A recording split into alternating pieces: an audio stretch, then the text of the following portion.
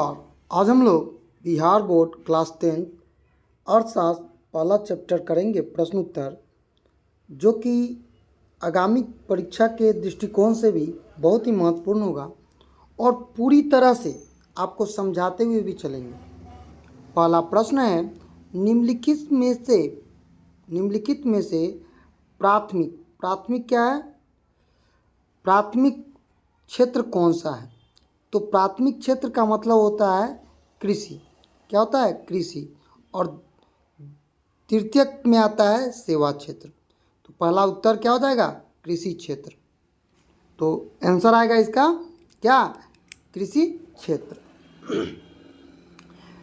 दूसरा प्रश्न है, इनमें कौन से देश में मिश्रित अर्थव्यवस्था है? तो भारत एक ऐसा देश है जहाँ पर मिश्रित अर्थव्यवस्था है। तो मिश्रित अर्थव्यवस्था होता क्या है तो समझिए, एक होता है पूंजीवादी, एक होता है साम्यवादी। ये दोनों मिला है तब मिश्रितवादी बना है। ठीक है, तो भारत में क्वेश्चन आएगा तो बोलिएगा मिश्रित। ठीक है, भारत में योजना आयोग का गठन कब हुआ? तो यह 15 मार्च 1950 को क्या हुआ? इसका गठन हुआ। अब इसका नाम आ गया है नीति आयोग। क्या हो गया है? नीति आयोग। हमारे प्रधानमंत्री के द्वारा इसका नाम चेंज कर दिया गया। ठीक है, नीति आयोग। और चौथा प्रश्न है, जिस देश का राष्ट्रीय आय अधिक होता है वह क्या कहलाता है? तो विकसित कहलाता है। क्या कहलाता है? क्या कहलाता है? तो वह विकसित कहलाता है। क्या कहलाता है? विकसित कहलाता है। विकसित। ठीक है,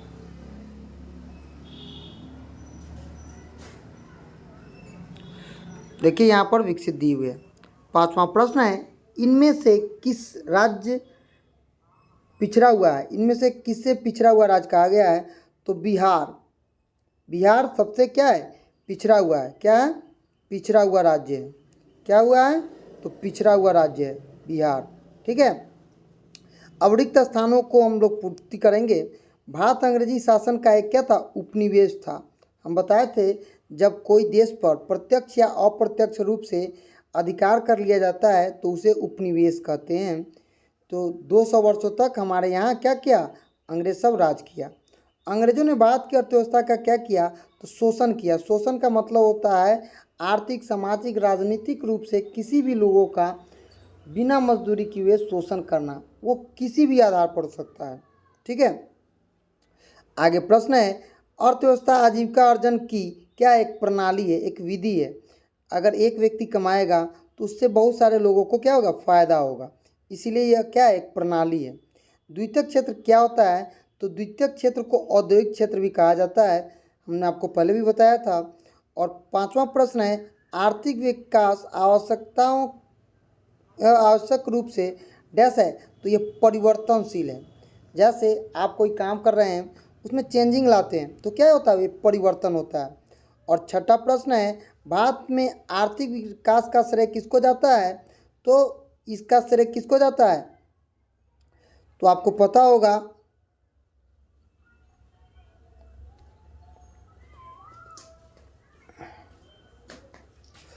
नियोजन को जाता है। किसको जाता है? तो ये नियोजन को जाता है। किसको जाता है? नियोजन को जाता है। सातवां प्रश्न है, अब देखिए इसको थोड़ा सा जूम करते हैं हम।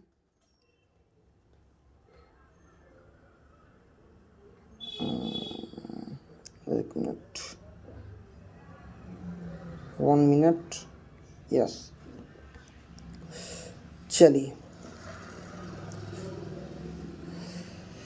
आर्थिक विकास की माप करने के लिए सबसे उचित सूचांक क्या होता है? तो प्रति व्यक्ति आय होता है। क्या होता है? वो प्रति व्यक्ति आय होता है। आठवां प्रश्न है, साधनों के मामले में धनी होते हुए बिहार की स्थिति क्या है? दयनीय है। क्योंकि यहाँ पर लोग क्या है? कृषि कार्य में ज़्यादा लगे हुए हैं। बिहार में कृषि ही जीवन का आधार है। और यहाँ पर कितने लोग हैं? तो ज़्यादातर लोग कृषि प्रधान काम करते हैं, कृषि मजदूर भी हैं। 10वां प्रश्न है, बिहार के विकास में डैश है। तो बाढ़ बहुत बड़ा बाधक चीज़ है। इससे हमारी फसल क्या होती है? बर्बाद हो जाती है। चलिए, अब हम अति लघु उत्तरीय में पहला प्रश्न करेंगे। देखिए, अर्थव्यवस्था किसे कहते हैं? अर्थव्यवस्था एक ऐसा तंत्र या ढांचा है जिसके अंतर्गत विभिन्न आर्थिक क्रियाओं का संपादन होता है। माने ऐसा एक क्या है, ढांचा है जिसमें आर्थिक क्रियाओं का संपादन होता है, जैसे कृषि, व्यापार, बैंकिंग, बीमा, परिवहन, संचार आदि दूसरे लोगों के रोजगार का अवसर भी प्रदान करता है ताकि वे अपनी आवश्यकताओं की संतुष्टि हेतु देश के उत्पादित वस्तु और सेवाओं का क्या करे, क्रय करे। क्रय करना मतलब क्या, किनना, और विक्रय करना मतलब क्या करना, क्रय मतलब किनना और विक्रय मतलब बेचना। ठीक है। मिश्रित अर्थव्यवस्था क्या है? अब देखिए, मिश्रित अर्थव्यवस्था एक ऐसी अर्थव्यवस्था है जिसमें पूंजीवादी और समाजवादी या इसको साम्यवादी भी बोल सकते हैं का एक मिश्रण है।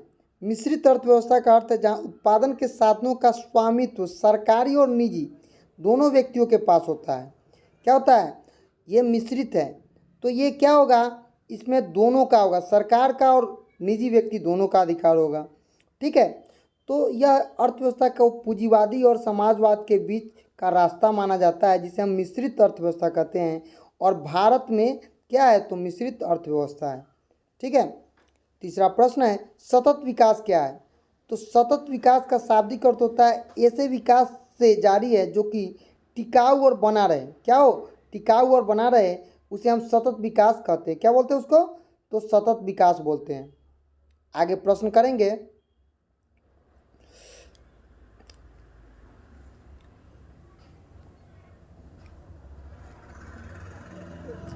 केवल वर्तमान पीढ़ी बल्कि भावी पीढ़ियों के विकास को भी ध्यान रखा जाता है। मतलब आज जो आप सामान यूज कर रहे हैं वो दूसरे के लिए भी छोड़ना चाहिए, जैसे पेट्रोलियम, जल, ये सब क्या है, को अगर है। बोरलैंड आयोग ने सतत विकास के बारे में बताया कि विकास की प्रक्रिया जिसमें वर्तमान आवश्यकताओं के बिना भावी पीढ़ी की क्षमता और योग्यताओं को पूरा नहीं किया जा सकता है।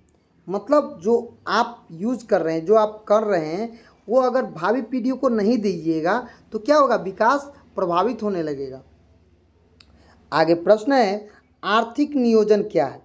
तो समझिए, आर्थिक नियोजन का अर्थ संबद्ध कार्यक्रम के अंतर्गत पूर्व निर्धारित सामाजिक आर्थिक उद्देश्य प्राप्त करने वाले अर्थव्यवस्था के उपलब्ध संसाधनों का नियोजन, समन्वय उपयोग करना आर्थिक नियोजन कहलाता है। और आर्थिक नियोजन योग्य परिभाषा इस प्रकार से आर्थिक नियोजन होता है, क्या राष्ट्र की प्राथमिकताओं के अनुसार देश के संसाधनों का विकासात्मक क्रियाओं में प्रयोग करना। मतलब एक देश में जो संसाधन है उसका विवेकपूर्ण ढंग से अगर हम उसका प्रयोग करते हैं तो क्या कहलाता है, आर्थिक नियोजन कहलाता है। क्या कहलाता है, आर्थिक नियोजन कहलाता है। आगे देखिए, कह रहा है मानव विकास रिपोर्ट क्या है? Human development report. बार बार क्वेश्चन आता है कि ह्यूमन डेवलपमेंट रिपोर्ट क्या है, जिसको हम HDR कहते हैं। क्या कहते हैं इसको? HDR। आपसे पूछेगा HDR का मतलब क्या होता है, तो ह्यूमन डेवलपमेंट रिपोर्ट। आगे प्रश्न में, मानव विकास रिपोर्ट में विभिन्न देशों के तुलनात्मक शैक्षिक स्तर, माने उनकी शिक्षा क्या है, उनका स्वास्थ्य क्या है, और प्रति व्यक्ति आय को शामिल किया जाता है। इसमें 3 मुख्य चीज़ें हैं, पहला शैक्षिक, दूसरा स्वास्थ्य और प्रति व्यक्ति आय। इसी को मानव विकास रिपोर्ट कहते हैं। आगे है प्रश्न 6, ठीक है, इसको समझेंगे। कह रहा है कि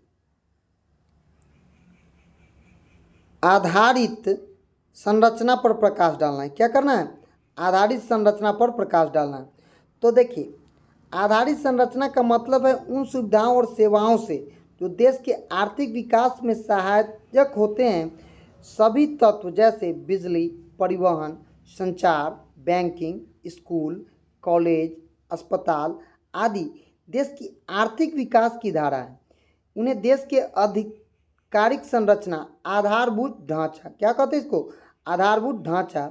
किसी देश की आर्थिक विकास में आधार संरचना महत्वपूर्ण स्थल जिसमें देश के आधारभूत ढांचाओं का अधिक विकास होता है, उसे देश उतना ही अधिक विकसित होता है। अगर जहाँ पर ये सब सेवाएं होंगी वहाँ पर क्या होगा, विस्तार अधिक होगा। ठीक है। दीर्घ उत्तरीय प्रश्नों को करेंगे। पहला प्रश्न है, अर्थव्यवस्था की संरचना, मतलब इसकी संरचना क्या है, इसके भागों को बांटना है। समझिए, पहला अर्थव्यवस्था की संरचना का मतलब विभिन्न उत्पादन क्षेत्रों के विभाजन से है। इसको क्या करना है, विभाजित करना है। अर्थव्यवस्था के विभिन्न प्रकार के आर्थिक क्रिया गतिविधि संपादित होते हैं, जैसे कृषि, उद्योग, व्यापार, बैंक, बीमा, परिवहन, संचार। ठीक है, इन क्रियाओं को मोटे तौर पर 3 भागों में बांटा जाता है, प्राथमिक, द्वितीयक, तृतीयक। प्राथमिक क्षेत्रों में आते हैं कृषि, पशुपालन, मछली पालन, जंगली वस्तुओं से प्राप्त की गई व्यवस्थाएं। द्वितीयक में आते हैं खनिज व्यवस्था, निर्माण, जीवनोपयोगी सेवा जैसे गैस, बिजली उत्पादन। और तृतीयक क्षेत्र को सेवा क्षेत्र भी कहते हैं। इसके अंतर्गत आता है बैंक, बीमा, परिवहन, संचार, व्यापार। ये क्रियाएं प्राथमिक और द्वितीयक क्षेत्रों की क्रियाओं की सहायता भी करते हैं। और यह जो दोनों क्षेत्र है, प्राथमिक और द्वितीयक, ये दोनों का समन्वय ही क्या कहलाता है, तृतीयक क्षेत्र कहलाता है। बात आपको समझ में आ रहा है ना? ठीक है, आगे चलते हैं।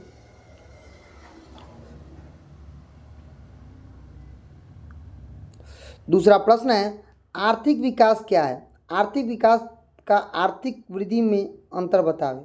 तो आर्थिक विकास को और समझने से विद्वानों द्वारा दी गई परिभाषाओं को पहले समझेंगे और उन्हीं के अनुसार इस चीज़ों को समझेंगे। तो पहले हैं प्रोफेसर प्रोस्टोव। उन्होंने कहा, आर्थिक विकास एक और श्रम शांति और वृद्धि के दर को, दूसरी ओर जनसंख्या के बीच का संबंध है। मतलब एक ओर करें श्रम शांति है और दूसरी ओर क्या करें, जनसंख्या के बीच का संबंध है। ठीक है, प्रोफेसर मेयर वर्ल्डविन ने परिभाषा दिया, आर्थिक विकास एक ऐसी प्रक्रिया है जिसके द्वारा दीर्घकालीन में अर्थव्यवस्था का वास्तविक राष्ट्रीय आय वृद्धि होती है। क्या होती है इसकी, राष्ट्रीय आय वृद्धि होती है। अतः उपरोक्त परिभाषाओं के आधार पर हम कह सकते हैं कि इसके प्रति व्यक्ति आय बदलती रहती है। आर्थिक विकास का निर्धारण भी क्या होता है, निरंतर बदलता रहता है। मतलब ये स्थिर नहीं है, बदलाव होते रहता है। अंतर आर्थिक विकास की आर्थिक वृद्धियों में कोई अंतर नहीं माना जाता है। दोनों शब्दों के स्थान पर प्रयोग करते हैं, इसके लिए अर्थशास्त्रियों ने बीच अंतर है।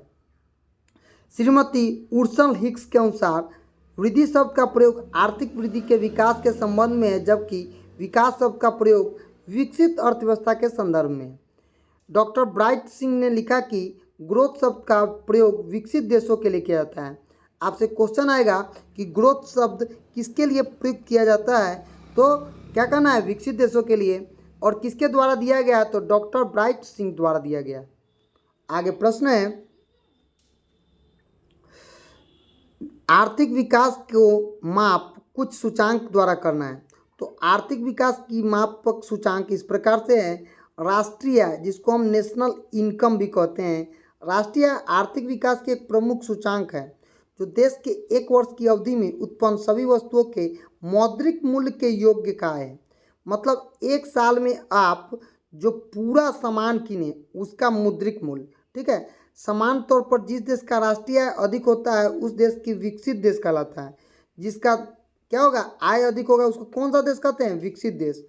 और जिस देश का राष्ट्रीय आय कम होता है उसे क्या बोलते हैं, विकासशील देश। तो हमारा भारत क्या है, अविकसित है, मतलब विकास कर रहा है, अभी किया नहीं है। ठीक है, आगे चलेंगे। प्रति व्यक्ति आय, पर्सनल इनकम, आर्थिक विकास को मापने के लिए, ठीक है, प्रति व्यक्ति आय सबसे उचित सूचांक माना जाता है। आर्थिक आय के लिए व्यक्ति के औसत राष्ट्रीय आय को देश के कुल जनसंख्या से जो भाग देने पर प्राप्त होता है उसी को हम कहते हैं। जैसे राष्ट्रीय आय और कुल जनसंख्या, यहाँ पर प्रति व्यक्ति आय जोड़ लेंगे। मान लिए कि कोई व्यक्ति 100 रुपया कमाता है, ठीक है, और राष्ट्रीय आय 1000 है और कुल जनसंख्या 5000 है, तो इसमें जो भाग देने पर जो शेष फल आएगा वही क्या आ जाएगा, राष्ट्रीय प्रति व्यक्ति आय आ जाएगा। समझ गए आप लोग? चलिए अब हम लोग चौथा प्रश्न करेंगे, बिहार के आर्थिक पिछड़ेपन के कारण क्या हैं। आखिर भाई बिहार क्यों पिछड़ रहा है, ठीक है, तो इसके कारणों को हम समझेंगे। सबसे पहला कारण है बिहार के आर्थिक पिछड़े का निम्नलिखित कारण है।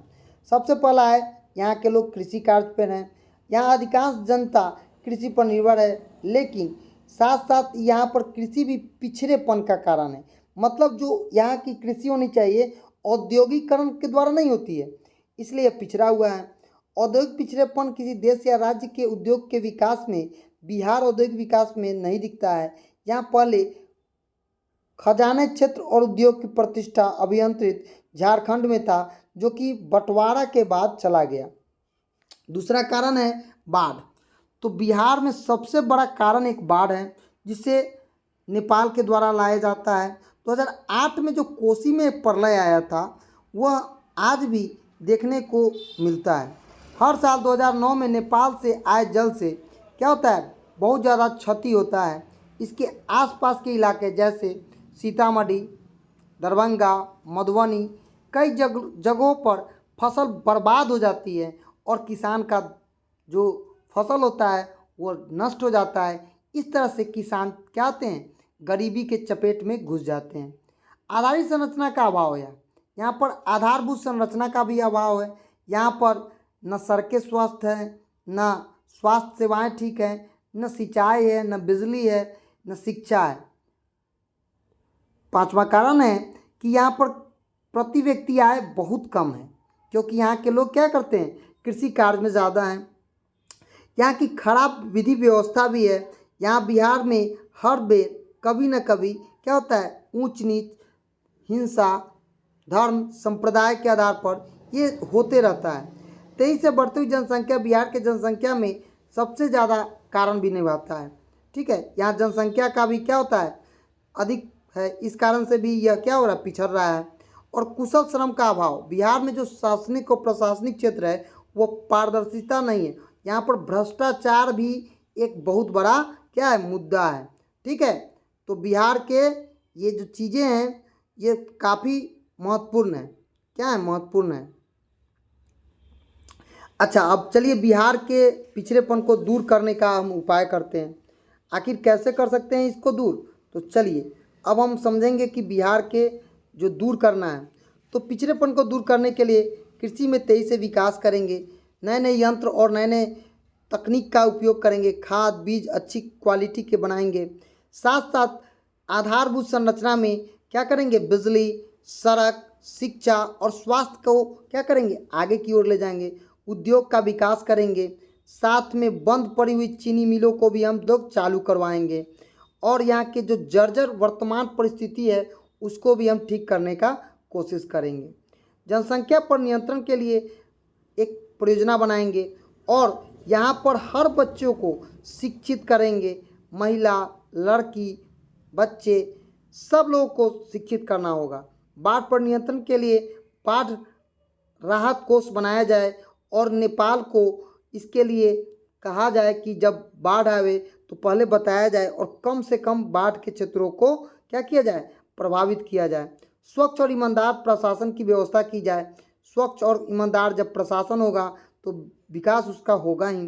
विकास अधिक मात्रा में हस्तांतरित बिहार के केंद्रों में है, जैसे केंद्र शासित प्रदेश में, जम्मू कश्मीर, पंजाब, पूर्वी क्षेत्रों में है। गरीबी बिहार के सबसे अधिक प्रभावित करता है, क्योंकि यहाँ पर कितने लोग हैं, तो गरीबी रेखा में 42% से अधिक लोग निवास करते हैं। और यहाँ पर जो सांप्रदायिक दंगा है शांति बना कर रखेंगे, साथ साथ माहौल को भी अच्छा करने की कोशिश करेंगे। तो इस तरह से हम लोग बिहार के पिछड़ेपन को क्या कर सकते हैं, दूर कर सकते हैं। ठीक है, तो आज हम लोग पढ़े हैं क्लास 10th, ठीक है, अर्थशास्त्र, अर्थव्यवस्था व इसके विकास का इतिहास। ये संपूर्ण प्रश्न उत्तर की श्रृंखला किए हैं, प्रश्न उत्तर किए हैं। आपको कैसा लगा?